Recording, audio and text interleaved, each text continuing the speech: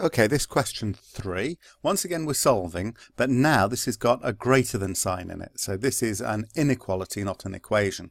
So I can do some things exactly the same way as solving an equation.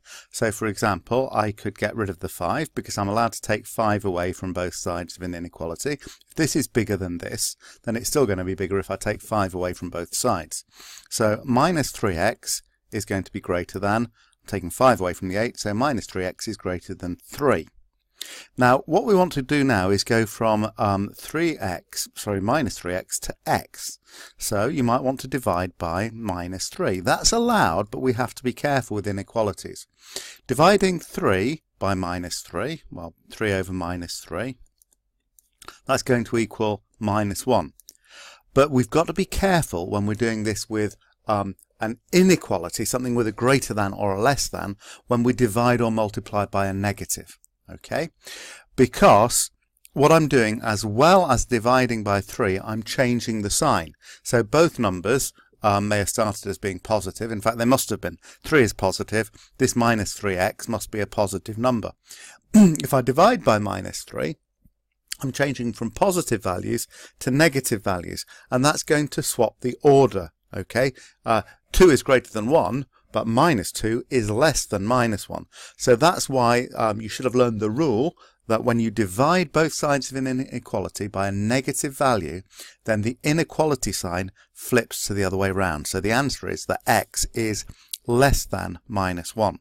Okay, now there is a way of sidestepping that. If I fix things so I never multiply or divide by a negative, then I won't have to flip the sign. So another way of doing the same example, change colour, let's do it in green. Another way of doing the same example is to deliberately get a positive number of x's by adding 3x to both sides. So if I start by adding 3x to both sides, then I get that 5 is greater than 8 plus 3x. I'm allowed to add 3x to both sides, and it doesn't change the symbol. Now if I subtract my 8 from both sides, I'm going to get that minus 3 is greater than 3x. Again, I don't need to change the sign. And now to get x on its own, I need to divide by 3. And because that's not negative, it's not changing the order of the numbers. So I can leave the sign still as a greater than sign, and I get that minus 1 is greater than x, which is just another way of saying that x is less than minus 1, which was the same answer that I got over there, but I didn't have to use that rule. You do need to be aware of this. You do need to be aware that multiplying or dividing by a minus number does affect inequalities.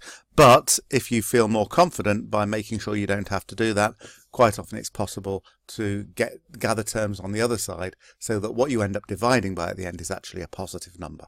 I hope that helps on that one.